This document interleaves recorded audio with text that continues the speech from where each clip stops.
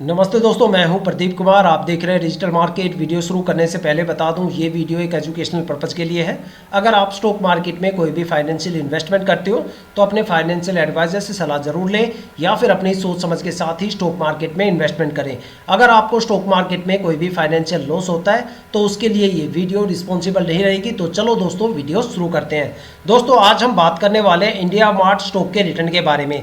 देखा जाए तो ये स्टॉक कंज्यूमर सर्विसेज सेक्टर से बिलोंग करता है। देखो, स्टॉक मार्केट में किसी भी स्टॉक में इन्वेस्टमेंट करने से पहले करीब आपको 3 बातें हमेशा ध्यान में रखनी चाहिए। सबसे पहली और इम्पोर्टेंट बात कि जिस स्टॉक में आप इन्वेस्टमेंट करने की सोच रहे हो, आखिर उस स्टॉक ने अपने इन्वेस्टर्स को पिछले 5 सालों में क्या रिटर्न दिए हैं और कितनी ज़्यादा वहाँ पे हमें गिरावट देखने को मिलती है। और दूसरी सबसे इम्पोर्टेंट बात कि जिस स्टॉक में आप इन्वेस्टमेंट करने की सोच रहे हो, क्या वो स्टॉक शॉर्ट टर्म में ज़्यादा प्रॉफिटेबल है या फिर वो स्टॉक लॉन्ग टर्म में ज़्यादा प्रॉफिटेबल है। और तीसरी सबसे इम्पोर्टेंट बात कि जिस स्टॉक में आप इन्वेस्टमेंट करने की सोच रहे हो, आखिर वहाँ पे शॉर्ट टर्म और लॉन्ग टर्म में आखिर कितने कितने टाइम ड्यूरेशन की होल्डिंग करने पे आखिर हमें उस स्टॉक से कितना रिटर्न या फिर लॉस देखने को मिलने वाला है। और यही तीनों बातें आज हम इन स्टॉक में डिस्कस करने वाले हैं, इंडिया मार्ट स्टॉक को लेके। अगर आपने स्टॉक में कोई भी इन्वेस्टमेंट कर रखा है या फिर आप स्टॉक में कोई भी इन्वेस्टमेंट करने की सोच रहे हो तो ये वीडियो आपके लिए काफ़ी ज़्यादा इंपॉर्टेंट होने वाली है, क्योंकि इस वीडियो में मैं आपको बताऊंगा इंडिया मार्ट स्टॉक के पिछले 5 साल के रिटर्न के बारे में,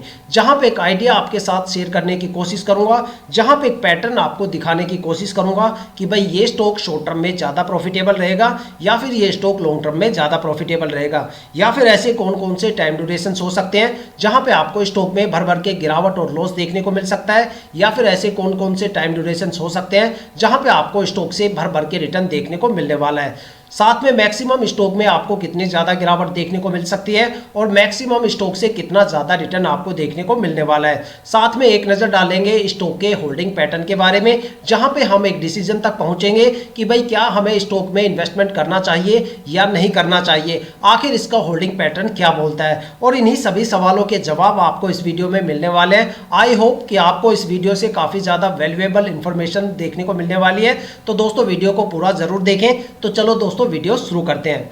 दोस्तों, अगर बात करें इंडिया मार्ट स्टॉक के पिछले 5 साल के रिटर्न के बारे में, तो देखते हैं स्टॉक ने पिछले 5 सालों में अपने इन्वेस्टर्स को अलग अलग टाइम ड्यूरेशंस की होल्डिंग करने पे आखिर कितना कितना रिटर्न या फिर लॉस यहाँ पे दिया है। अगर स्टॉक में शॉर्ट टर्म की होल्डिंग की बात करें तो देखते हैं शॉर्ट टर्म में अलग अलग टाइम ड्यूरेशंस की होल्डिंग करने पे आखिर हमें स्टॉक से कितना ज़्यादा रिटर्न या फिर गिरावट देखने को मिलती है। अगर स्टॉक में 1 वीक की होल्डिंग की बात करें तो 1 वीक में स्टॉक ने करीब 0.63% का एक माइनस सा रिटर्न यहाँ पे दिया है। और अगर स्टॉक में 1 मंथ की होल्डिंग की बात करें तो 1 महीने में स्टॉक में करीब 2% से ज़्यादा की गिरावट हमें देखने को मिलती है। और अगर स्टॉक में 3 महीने की होल्डिंग की बात करें तो 3 महीने में स्टॉक में करीब 22.5% से ज़्यादा की गिरावट देखने को मिलती है। और अगर स्टॉक में 6 महीने की होल्डिंग की बात करें तो 6 महीने में हमें स्टॉक से करीब 14.5% से ज़्यादा की गिरावट देखने को मिलती है।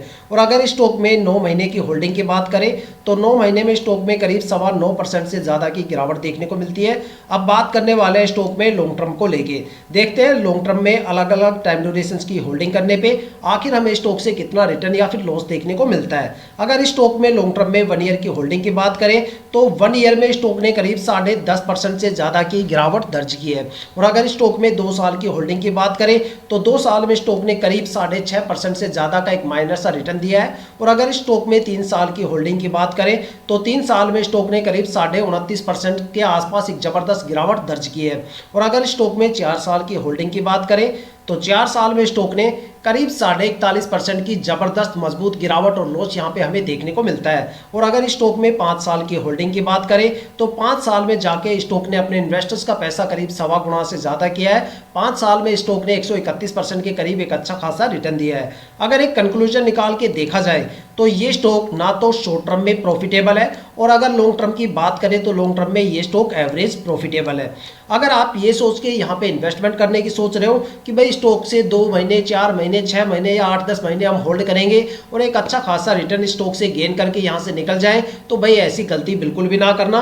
क्योंकि स्टॉक में अगर आपको कोई भी अच्छा खासा रिटर्न लेना है तो आपको स्टॉक को कम से कम 1.5 या 2 साल के लिए होल्ड करना पड़ेगा, तब जाके आपको स्टॉक से अच्छा खासा एक माइनर सा रिटर्न आपको देखने को मिल सकता है जहाँ पे आप एग्जिट ले सकते हो। अदरवाइज फिर आपको स्टॉक को 5 साल के लिए होल्ड करना पड़ेगा। इससे पहले आपको स्टॉक से कोई भी रिटर्न देखने को नहीं मिल सकता। जैसा स्टॉक ने पिछले 5 साल के रिटर्न दिए उसके बिहाफ पे मैं ये आइडिया आपको शेयर कर सकता हूँ। तो देखा जाए तो ये स्टॉक में आपको जो मजबूत रिटर्न, इस स्टॉक में आप किसी भी टाइम ड्यूरेशन में एंट्री ले सकते हो, लेकिन एग्जिट करते टाइम मैं आपको यही सुजेस्ट करूंगा कि भाई स्टॉक से आप जितने लंबे टाइम ड्यूरेशन के बाद एग्जिट करोगे उतना अच्छा खासा रिटर्न आपको स्टॉक से देखने को मिलने वाला है। लेकिन क्या इन स्टॉक जो आपने पिछले साल के अगर जो रिटर्न देखे हैं, क्या इनके भरोसे आप स्टॉक में ट्रेड करने का डिसीजन ले सकते हो? क्या हमें स्टॉक में ट्रेड करना चाहिए या नहीं करना चाहिए?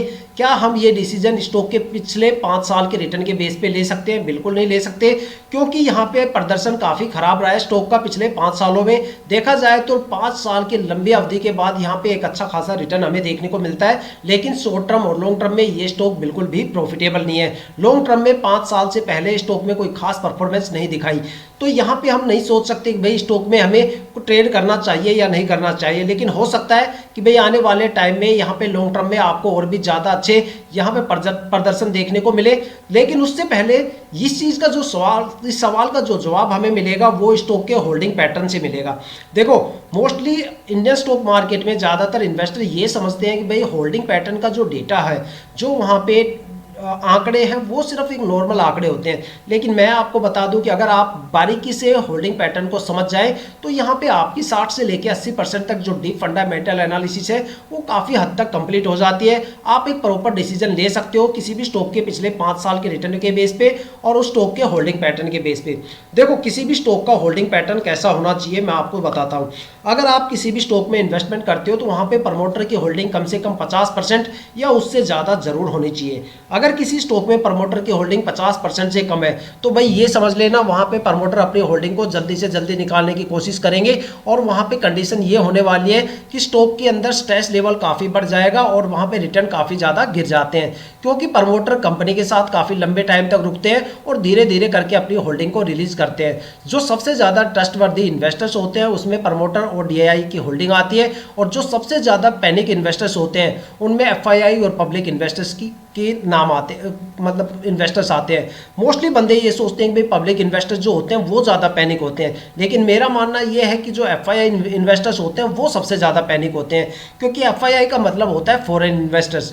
फॉरेन इन्वेस्टर्स वो इन्वेस्टर्स जो इंटरनेशनल और ग्लोबल मार्केट में भी इन्वेस्टमेंट करते हैं, उनकी एनालिसिस स्किल पब्लिक इन्वेस्टर्स से काफ़ी ज़्यादा अलग होती है, क्योंकि पब्लिक इन्वेस्टर्स सिर्फ डोमेस्टिक मार्केट के बारे में ही एनालिसिस करते हैं, लेकिन एफआईआई जो इन्वेस्टर्स होते हैं वो डोमेस्टिक के साथ साथ इंटरनेशनल मार्केट को भी विजिट करते हैं। उनको पता होता है, जब उनको पता चलता है कि भाई ग्लोबल मार्केट में गिरावट होने वाली है तो वो यहाँ पे सबसे पहले बिकवाली करना शुरू करते हैं। इसलिए हमेशा बोला जाता है कि भाई जो प्रमोटर की होल्डिंग है वो किसी भी स्टॉक में ज़्यादा से ज़्यादा देखो, और किसी भी स्टॉक में अगर एफआईआई की होल्डिंग कम है तो उस स्टॉक में अगर आप इन्वेस्टमेंट करते हो तो वहाँ से आपको एक अच्छा खासा रिटर्न देखने को मिल सकता है। जिस स्टॉक में एफआईआई की होल्डिंग ज़्यादा रहेगी वहाँ पर या तो आपको ज़बरदस्त लेवल का फ्लक्चुएशन देखने को मिलेगा या फिर उस स्टॉक में आपको जबरदस्त गिरावट देखने को मिलेगी। तो देखते हैं स्टॉक में, इस स्टॉक के जो होल्डिंग पैटर्न है उसके पिटारे से आखिर क्या निकल के आता है।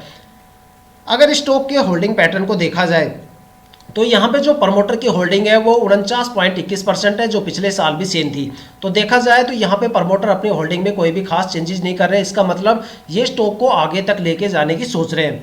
अब बात करते हैं स्टॉक में डीआईआई की होल्डिंग। तो डीआईआई की होल्डिंग पिछले साल यहाँ पे 5.47% थी, जो इस साल बढ़ के 12 पॉइंट के आसपास आ गई। देखा जाए तो ये दो होल्डिंग ऐसी होती है जो सबसे ज़्यादा ट्रस्टवर्दी होल्डिंग होती है। अगर देखा जाए तो यहाँ पे दोनों का आंकड़ा लगभग सेम है, तो यहाँ पे सबसे पहला डिसीजन बनता है कि भाई आप स्टॉक में ट्रेड कर सकते हो। अगर स्टॉक में एफआईआई की होल्डिंग देखी जाए तो यहाँ पे पिछले साल 27.34% थी, और काफ़ी ज़्यादा होल्डिंग यहाँ पे एफआईआई ने अपनी कम कर डाली और यहाँ पे होल्डिंग हो गई है 23.86%।